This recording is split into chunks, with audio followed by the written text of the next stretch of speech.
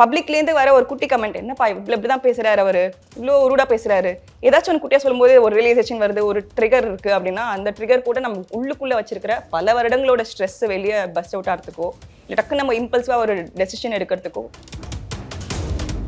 நிறைய கேசஸ்ல பாத்தீங்கன்னா வெளியே ரொம்ப போல்டா, ரொம்ப ஹாப்பியா, ரொம்ப தைரியமா இந்த மாதிரிலாம் காட்டிக்கிறவங்க இருப்பாங்க தெரியுமா.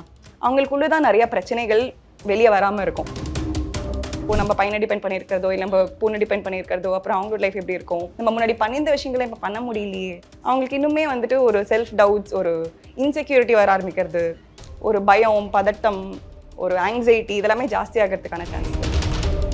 ஸோ இது ஒரு நேரம் அந்த ஒரு நிமிஷத்துல எடுக்கிற முடிவு முக்காசி இருக்காது. ஒரு குட்டி ட்ரிகர் இருக்கும் இல்லையா, அப்போ முடிச்சிடலாமா லைஃப்பை, ஏதாவது ஒரு ட்ரிகராக இருக்கலாம். இந்த பெயின்லேன்னு எஸ்கேப் ஆகணுன்ற ஒரு எஸ்கேப் டோராக தான் சுற்றி பார்க்குறாங்க.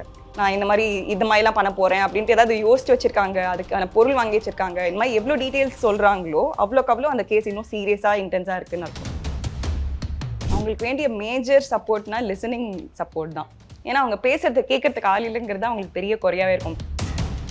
ஃபேமிலி மெம்பர்ஸ் எந்த அளவுக்கு வந்து அவங்கள டேக் கேர் பண்ணிக்கணும், நம்ம எரிஞ்சு விழுறதுங்கிறது கம்மி பண்ணா.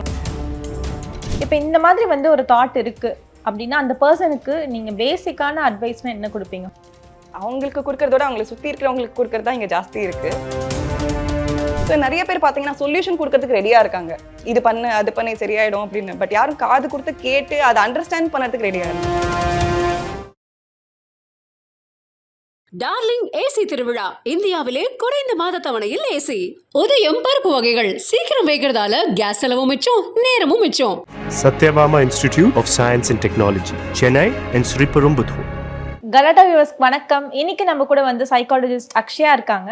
வணக்கம் மேம். வணக்கம் மேம். இப்போ சமீபத்தில் வந்து திரைப்பட தயாரிப்பாளர் கே ராஜன் அவங்களோட மறைவு வந்து எல்லாருக்கும் ரொம்ப ஆச்சரியம் முடிச்சுன்னே சொல்லலாம். ஏன்னா ஒரு 85 வயசுல ஒருத்தருக்கு அப்படின்ற ஒரு எண்ணம் வந்ததுன்றது யாராலையுமே அக்செப்ட் பண்ணிக்க முடியல. அந்த மறைவு யாராலையுமே வந்து ஏற்றுக்கவே முடியல. என்ன காரணமா இருக்கும், இந்த வயசுல ஒருத்தருக்கு பண்ணுன்ற எண்ணம் எப்படி வந்திருக்கும்? ஓகே, நம்ம இங்கே பர்டிகுலராக இவரோட கேஸில் என்ன இருக்கும்ன்ட்டு பேசுறதை விட பொதுவாக இந்த மாதிரி ஒரு 85 வயசுக்குள்ள இருக்கிற ஒருத்தருக்கு என்ன மாதிரி மனநிலை இருக்கும் அண்ட் என்ன அவங்க கோத்ரூ பண்ணியிருக்கலாம் அப்படிங்கிறது வேணால் நம்ம ஸ்பெகுலேட் பண்ணலாம்.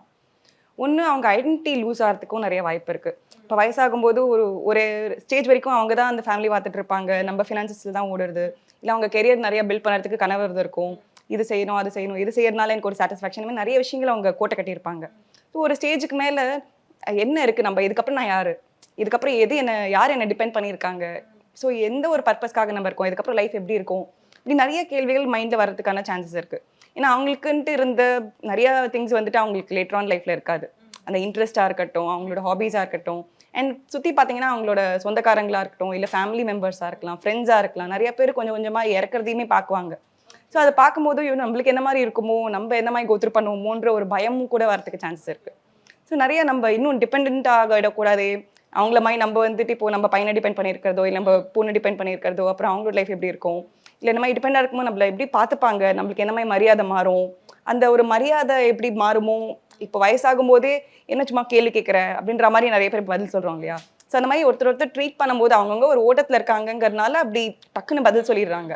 பட் அவங்களுக்கு அது எப்படி ரிஃப்ளெக்ட் ஆகும்னு பார்த்தீங்கன்னா, நம்மளுக்கு அந்த மரியாதை இப்போ குறைவாக எடுத்தோ, நமக்கு இதுக்கப்புறம் இந்த இடத்துல பெருசாக மதிக்க மாட்டாங்களோ, நம்ம முன்னாடி பண்ணியிருந்த விஷயங்களை இப்போ பண்ண முடியலையே. ஸோ அந்த மரியாதையும் இருக்கலாம், அந்த ஐடென்டிட்டி நம்ம இதுக்கப்புறம் யார் என்ன பண்ண போகிறோம் அப்படின்ற ஒரு சில கேள்விகளாகவும் இருக்கலாம். ஸோ இதையும் தாண்டி பார்த்தீங்கன்னா அவங்களுக்குன்னு ஒரு சில ஹாபீஸோ ஆக்டிவிட்டீஸோ கூட சேர்ந்து செய்யறதுக்கான நபரோ, இல்லை பேசுறத கேட்கறதுக்கு ஒரு ஏதோ ஒரு ஃப்ரெண்டாக இருக்கலாம், ஒரு வீட்டில் ஒரு பேரம் பேத்தியாக இருக்கலாம். ஸோ சம் ஒன் யாராவது நம்ம பேசுறதை கேட்க மாட்டாங்களான்ற ஏக்கமும் இருக்கும். ஏன்னா அவங்க நிறைய யோசிக்கிற விஷயத்த சொல்றதுக்கே யாரும் கேட்கறதுக்கு ரெடியாக இருக்க மாட்டாங்க, எல்லாம் கொஞ்சம் அவுடேட்டடாக இருக்கும். இப்போ மீடியா அப்கிரேஷன் அண்ட் எக்ஸ்போஷரில் நம்ம நிறைய விஷயங்கள் புதுசாக தெரியறதுனால அவங்க சொல்கிற விஷயங்கள் நம்மளுக்கு நிறையா காது கொடுத்து கேட்கணும்னு தோணுறது இல்லை. ஸோ அந்த ஓட்டத்தில் இருக்கும்போது அந்த காது கொடுத்து கேட்கறதுக்கான நபரே இங்கே கம்மியாக இருக்கிறதுனால அவங்களுக்கு இன்னுமே வந்துட்டு ஒரு செல்ஃப் டவுட்ஸ், ஒரு இன்செக்யூரிட்டி வர ஆரம்பிக்கிறது, ஒரு பயம், பதட்டம், ஒரு ஆங்ஸைட்டி இதெல்லாமே ஜாஸ்தி ஆகிறதுக்கான சான்சஸ் இருக்கு. இவங்க கேஸ்ல வந்து பாக்குறப்போ டெய்லியும் வந்து வாக்கிங் போற மாதிரி தான் போயிருக்காங்க, கூட ஒரு பர்சனோட தான் டெய்லியும் போவாங்களா, அதே மாதிரி தான் போயிருக்காங்க. இவர் எதிர்பார்க்கவே இல்லையா, சடனாக கார் விட்டு இறங்கியிருக்காங்க, டக்குன்னு வந்து இந்த மாதிரி ஒரு முடிவு எடுத்திருக்காங்கன்றப்போ என்னவா இருக்கும், எதனால ஒரு வேளை மனநிலை அந்த டைம் என்ன யோசிச்சிருப்பாங்க, இப்படி ஃப்ராக்ஷன் ஆஃப் செகண்ட்ல மாறி இருக்கும், அது ஏதாவது நம்மளால ஜட்ஜ் பண்ண முடியுமா? ஸோ இது ஜட்ஜ் பண்ணுறதுங்கிற விட எல்லாருக்குமே ஒரு ஸ்ட்ரெஸ் ஏதாவது ஒன்று லைஃப்பில் ஓடிக்கிட்டு இருக்குல்ல, அது ரொம்ப நாள் ஓட விட்டோனாலே பிரச்சனை தான். மேபி அவர் கேஸில் அந்த மாதிரி ஏதாவது ஒரு விஷயம் ரொம்ப அவருக்கு மண்டை குடசலாக இருந்திருக்கலாம் ஆல்ரெடி. ஸோ இது ஒரு நேரம் அந்த ஒரு நிமிஷத்தில் எடுக்கிற முடிவு முக்காசி இருக்காது. நிறைய நாள் மண்டையில் போட்டு உருட்டிட்டு இருக்கிற விஷயம் என்ன பண்ண போகிறோன்னு தெரியாமல் நம்ம மைண்டில் வந்துட்டு அதை பற்றி பேசிக்கிறதுக்கும் ஒரு ஸ்பேஸ் இல்லை. நம்மளே அதை பற்றி யோசிச்சு ரொம்ப ஸ்ட்ரெஸ் ஆகிக்கிறோம். இதுக்கப்புறம் வேறு வழி இல்லையோ, நம்ம இதுக்கு எதுவும் மாற்ற முடியாதோ, எதுவும் பண்ண முடியாதோ, ஏதாவது ஒரு டெட் எண்ட் அப்படின்ற ஒரு ஃபீல் நம்மளுக்கு வரும்போது ஒரு குட்டி ட்ரிகர் இருக்கும் இல்லையா, அப்போ முடிச்சிடலாமா லைஃப்பை, ஏதாவது ஒரு ட்ரிகராக இருக்கலாம். மேபி டிரைவரோட பேசின ஒரு கான்வர்சேஷனாக இருக்கலாம், இல்லை வரும்போது அவள் ஏதாவது யோசிச்சிருக்கலாம், இதெல்லாம் நான் எதுக்கு ஃபேஸ் பண்ணணும் அப்படின்ற மாதிரி ஏதாவது ஒரு குட்டி ட்ரிகர் இருந்தால் கூட அந்த ஒரு பெரிய பால் நம்ம ஸ்ட்ரெஸ்ஸை அக்யூமுலேட் பண்ணிட்டு வச்ச ஒரு பெரிய ஸ்ட்ரெஸ்ஸர் வந்துட்டு பிரேக் ஆகிறதுக்கான பாசிபிலிட்டிஸ். ஒரு சில பேர் சொல்லி கேள்விப்பட்டிருக்கோம், இப்போ இந்த மாதிரி தவறான முடிவுகள் எடுக்கிறாங்கல்ல லாஸ்ட் மினிட்ல, அது வந்து அந்த ஒரு ஃபியூ செகண்ட்ஸ்க்கு முன்னாடி யோசிச்ச விஷயமா தான் இருக்கும் அப்படின்னு சொல்றாங்க. பட் நீங்க சொல்றதை பார்த்தா அவங்களுக்கு முன்னாடியிலேருந்தே இந்த ஒரு தாட் இருந்திருக்கும் அப்படின்னு இருக்கு. ஸோ இது என்ன காரணமா இருக்கலாம்? மேபி அது முன்னாடியிலேருந்தே தோணிட்டே இருந்திருக்குமா, இல்லை அந்த லாஸ்ட் மினிட்ல எடுக்கிற ஒரு முடிவு? அதெல்லாம் இது போத் வேஸ் இருக்கலாம். ஸோ ரிப்பீட்டடாக நிறைய பேருக்கு முன்னாடி இருந்திருக்கிறதுங்கிறது தான் நிறைய கேசஸ்ல இருக்கு. லாஸ்ட் மினிட்ல எனக்கு தோணி உடனே பண்றேன் அப்படிங்கிறது யூஸ்வலா இருக்காது. அதற்கு அந்த மாதிரி கேசஸ் ரொம்ப கம்மி. ஏன்னு பார்த்தீங்கன்னா எல்லாருக்குமே வந்துட்டு யாராவது நம்ம ஹெல்ப் பண்ண மாட்டாங்களா, எப்படியாவது இந்த சுச்சுவேஷன்லேயும் தப்பிக்க மாட்டோமா அப்படின்ற ஒரு ஏக்கம் இருக்கும். ஸோ யாருக்குமே நம்ம ஆசையில யாரும் அதை அட்டெம்ப்ட் எடுக்கிறது இல்லை. இந்த பெயின்லேருந்து எஸ்கேப் ஆகணுன்ற ஒரு எஸ்கேப் டோராக தான் பார்க்குறாங்க. ஸோ அந்த பெயின் போகிறது, நமக்கு இருக்கிற பாரம் குறைய போகிறது, இதை எப்படியாவது சரி பண்ணிடலாம் அப்படின்ற ஒரு நம்பிக்கை அங்கே கிடைச்சதுனாலே எல்லாருமே அதை தேடிட்டே தான் இருப்பாங்க. ஏதாவது ஒரு டோர் ஓப்பன் ஆகிடாதா, நம்ம எப்படியாச்சும் இதுலேயே எஸ்கேப் ஆகிட மாட்டோமா, வேற எதுவும் வழி இருக்காதா அப்படின்ற ஒரு தேடல் இருக்கும் கான்ஸ்டன்ட்டாக. அதனால தான் பார்த்தீங்கன்னா நீங்கள் தாட்ஸ் இருக்கிறவங்க கிட்ட அதை பற்றி ஓப்பனாகவே கூட பேசலாம்னு சொல்லுவாங்க. இப்போ நம்ம பேசுறதுனால அவங்களுக்கு அந்த தாட்ஸ் வராது. இன்னும் நிறைய பேருக்கு அந்த அசம்ஷன் இருக்கும், நம்ம கேட்டால் ஒருவேளை நம்ம கேட்டதுனாலே அவங்க அப்படி யோசிச்சிருவாங்களோ அப்படின்னு. பட் நம்ம கேட்கறதுனால அவங்க யோசிக்கிறது இல்லை. பெரும்பாலும் வந்துட்டு நம்ம கேட்கும்போது தான் அட்லீஸ்ட் அவங்க ஓப்பன் பண்ணுறதுக்கான ஸ்பேஸ் அது கிடைக்கும். நீங்கள் இவ்வளோ நாளாக இது ஏதோ ஓடிட்டு இருக்கு உங்கள் மைண்டில், நீங்கள் முந்தி மாதிரி இல்லையே, ஏதாவது டிஃப்ரெண்ட்டாக இருக்கா, ஓகேவா இருக்கீங்களா, இனிமேல் நம்ம பேசும்போது அவங்களுக்கு அட்லீஸ்ட் பேசுறதுக்கான ஒரு ஸ்பேஸ் ஓப்பன் ஆகுது. அப்படி ஏதாச்சும் இருந்துன்னா கூட அவங்க ஷேர் பண்ணுறாங்க அப்படின்னா இன்னும் கொஞ்சம் டீட்டெயிலாக கேட்க ட்ரை பண்ணலாம்.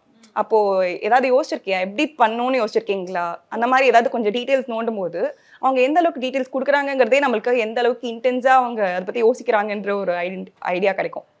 நான் இந்த மாதிரி இது மாதிரிலாம் பண்ண போகிறேன் அப்படின்ட்டு ஏதாவது யோசிச்சு வச்சிருக்காங்க, அதுக்கான பொருள் வாங்கி வச்சிருக்காங்க, இந்த மாதிரி எவ்வளோ டீட்டெயில்ஸ் சொல்கிறாங்களோ அவ்வளோக்கு அவ்வளோ அந்த கேஸ் இன்னும் சீரியஸாக இன்டென்ஸாக இருக்குன்னு அர்த்தம். இப்போ ஒரு 60+ இருக்கிற ஒரு நபர் வீட்டில் இருக்காங்கன்னா அவங்க நம்ம எப்படிலாம் டேக் கேர் பண்ணிக்கிறோம்? அவங்களோட பசங்களா இருக்கட்டும், இல்லை அவங்களோட பேர பசங்களா இருக்கட்டும், எப்படி அவங்கள வச்சுக்கணும் வீட்டில்? அவங்களுக்கு வேண்டிய மேஜர் சப்போர்ட்னா லிசனிங் சப்போர்ட் தான்.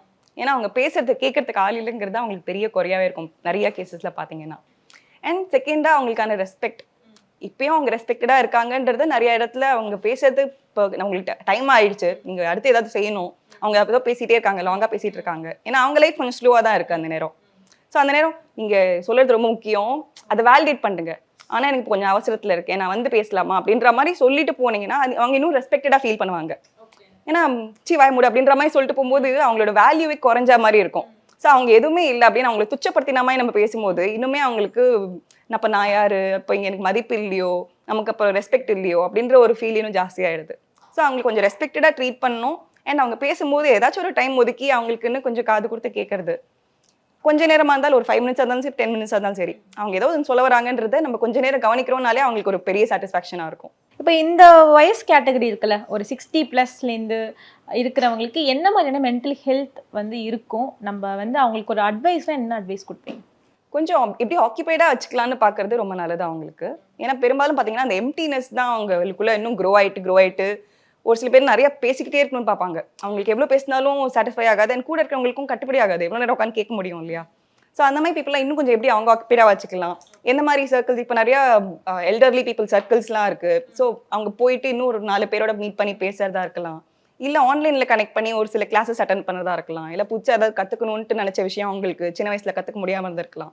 ஸோ ஏதாவது ஒரு ஆசைகள் இருக்குது, ஹாபீஸ் பண்ண முடியும், இல்லை ஏதாவது புக்ஸ் படிக்கிறது, இல்லை சும்மா சுடோக்கு போடுறது, இந்த மாதிரி என்ன அவங்களோட விசினிட்டியில் இருக்கோ, கெப்பாசிட்டியில் இருக்கோ, அது மாதிரி ஒன்று எடுத்து செய்ய ஆரம்பிச்சாங்க, ஆக்கியபைடாக ஹெல்த்தியாக வச்சுக்கிறாங்க அப்படின்னாலே அது ரொம்ப பெரிய சப்போர்ட்டாக இருக்கும் அவங்களுக்கு. ஃபேமிலி மெம்பர்ஸ் எந்த அளவுக்கு வந்து அவங்கள டேக் கேர் பண்ணிக்கணும்? ஸ்ட்ரிக்ட்லி இதெல்லாம் நீங்கள் பண்ணவே கூடாது அப்படின்னு என்ன சொல்வீங்க? அவங்க கிட்ட எரிச்சல் படுத்துகிற மாதிரி நம்ம எரிஞ்சு விழுறதுங்கிறது கம்மி பண்ணால் நல்லாயிருக்கும். ஏன்னா நிறைய ரிப்பீட்டேட்டிவ் கேசஸில் பார்த்தீங்கன்னா இப்போத்தாலே எல்லாரும் எரிஞ்சு விழுறாங்கிறது தான் ஒரு பெரிய கம்ப்ளைண்ட்டாகவே சொல்லுவாங்க. ஸோ அது மாதிரி எரிஞ்சு விழாமல் கொஞ்சம் பாசமாக பேசினாங்கன்னா நல்லாயிருக்கும். மெயினாக அவங்க பார்க்க வேண்டிய ஒரு பெர்ஸ்பெக்டிவ்னு சொல்லணும்னா, இங்கே அவங்க குழந்தையா மாற ஆரம்பிக்கிறாங்கிறத நம்ம மறந்துடுறோம். ஏன்னா எப்போ ஒரு 60 தாண்டி போகிறதோ அப்போ அவங்க திரும்பியும் பேக் டு அந்த ஒரு டீனேஜ் பார்க்கலாம், ஒரு திரும்பியும் ஒரு அடலசன்ஸ் பார்க்கலாம். அந்த மாதிரி அவங்களுக்கு குறைஞ்சிக்கிட்டே வரும். ஒரு குழந்தை மாதிரி தான் ஆகிட்டு வராங்க. அவங்களுக்கான நிறைய கெப்பாசிட்டி கம்மியாயிட்டு வரும்.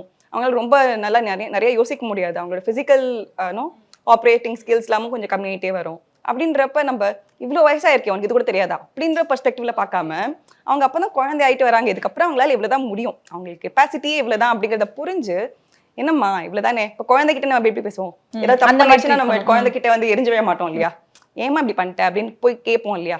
இல்ல நம்ம வந்துட்டு பரவாயில்ல விடு, நம்ம நாளைக்கு இது பண்ணிக்கலாம், நம்ம ஏதாவது கொஞ்சம் ஆறுதலா பேசுவோமா.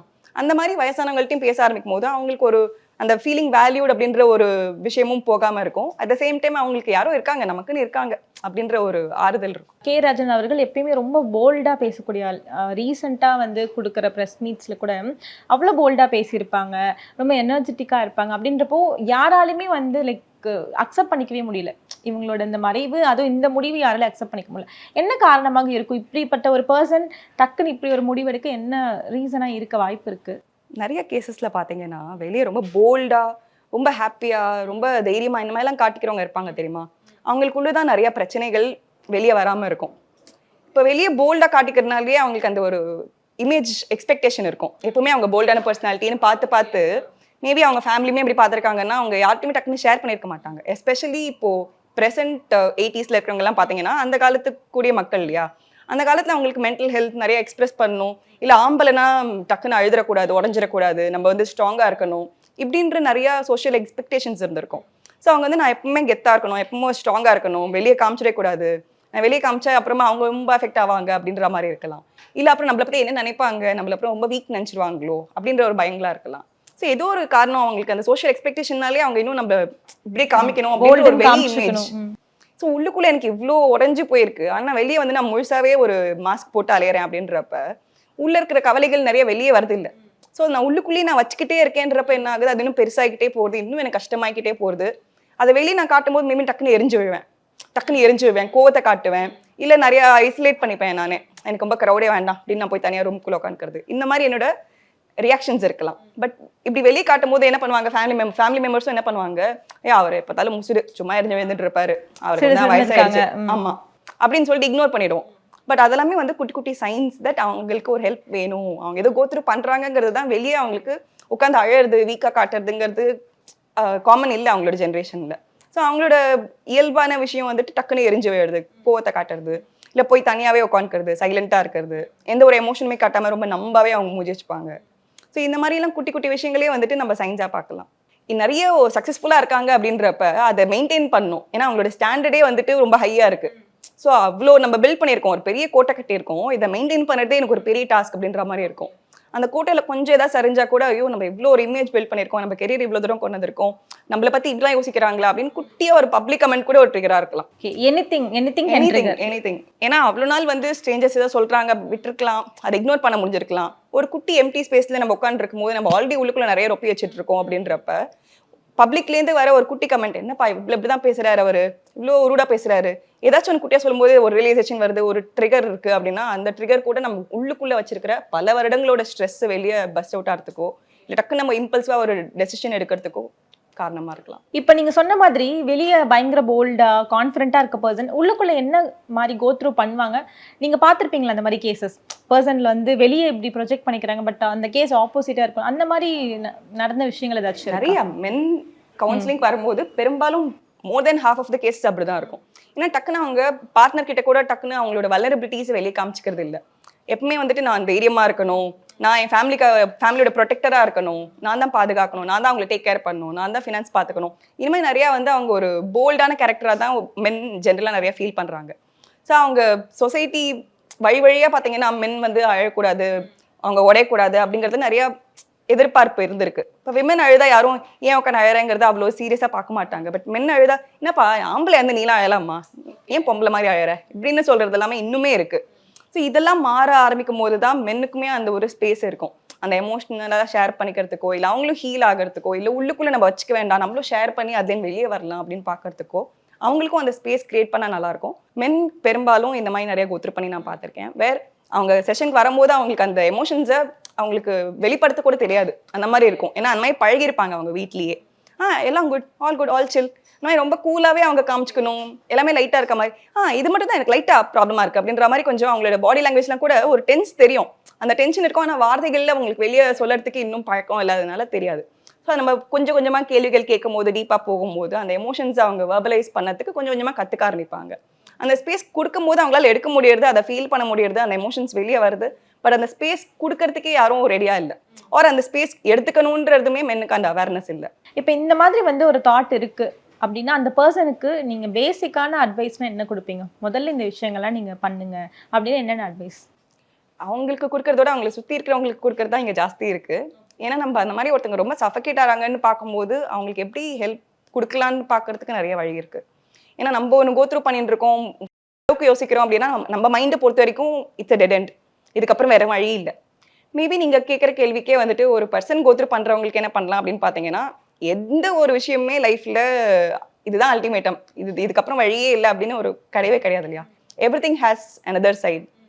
எல்லாத்துக்குமே வந்துட்டு ஒரு பாசிட்டிவும் இருக்கும், ஒரு நெகட்டிவும் இருக்கும், ஒரு டார்க் சைடு இருக்கும், பாசிட்டிவ் சைடு இருக்கும். நம்ம டார்க் சைட்ல ஏதோ ஒரு விஷயத்த பார்த்து இதுக்கப்புறம் லைஃப்ல இப்படிதான் இருக்க போகுதான்னு அதை பயமா பார்க்கும்போது அதையே நம்ம வெளிச்சத்துலயும் பார்க்க முடியும், அதே ஒரு விதமாவும் பார்க்க முடியும். அண்ட் எந்த ஒரு விஷயமே மாறக்கூடியது, எதுவுமே ஸ்டேபிளா இப்படிதான் இருக்க போறதுன்னு கிடையாது இல்லையா. நம்ம லைஃப் வந்து ஒரு 5 வருஷத்துக்கு முன்னாடி இருந்த பிரச்சனை இப்போ நம்மளுக்கு யோசிச்சு பார்த்தா அவ்வளவுதானே அப்படின்னு இருக்கும்.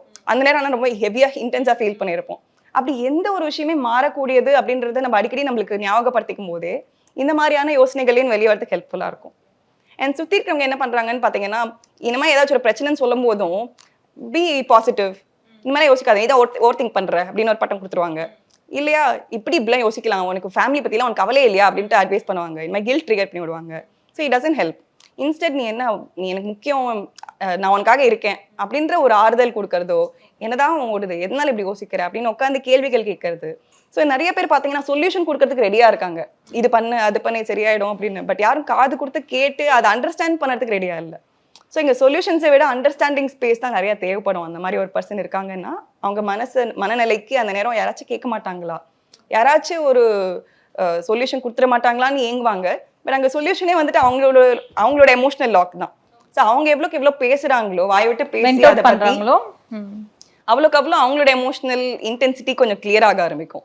ஸோ அப்போ ஆட்டோமேட்டிக்காக அவங்களுக்கு யோசிக்கிற திறனே ஜாஸ்தி ஆகும். ஏன்னா நம்ம எமோஷனலாக லோடடாக இருக்கும்போது நம்ம ஒரு விஷயத்தை தாண்டி யோசிக்க மாட்டோம். நம்ம கண்ணு நேராக ஒரு சொல்யூஷன் இருந்துச்சுனாலும் நமக்கு கிளவுடடாக இருக்கும், எதுவுமே தெளிவாக யோசிக்க முடியலன்ற மாதிரி இருக்கும். அந்த நேரம் எந்த ஒரு குட்டி விஷயமா இருந்தாலும் நம்மளுக்கு ரொம்ப பெருசாக அஃபெக்ட் ஆகும். ஏன்னா நம்மளை பொறுத்த வரைக்கும் வேற வழியே இல்லை, எல்லாமே நம்மளுக்கு மறைச்சிட்டு இருக்குன்ற மாதிரி.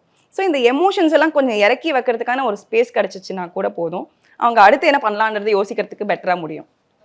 ஸோ அந்த நேரம் அதை செய்யாததுனால தான் இன்னும் அந்த ஹெவினஸ் நம்மளுக்குள்ள தூக்கிண்டு அந்த ஒரு வெயிட்டை நம்ம கேரி பண்ணிக்கிட்டே இருக்கோம். டார்லிங் ஏசி திருவிழா, இந்தியாவிலே குறைந்த மாத தவணையில் ஏசி. உதயம் பருப்பு வகைகள் சீக்கிரம் வைக்கிறதால கேஸ் செலவும் மிச்சம், நேரமும் மிச்சம். Satyabama Institute of Science and Technology, Chennai and Sriperumbudur.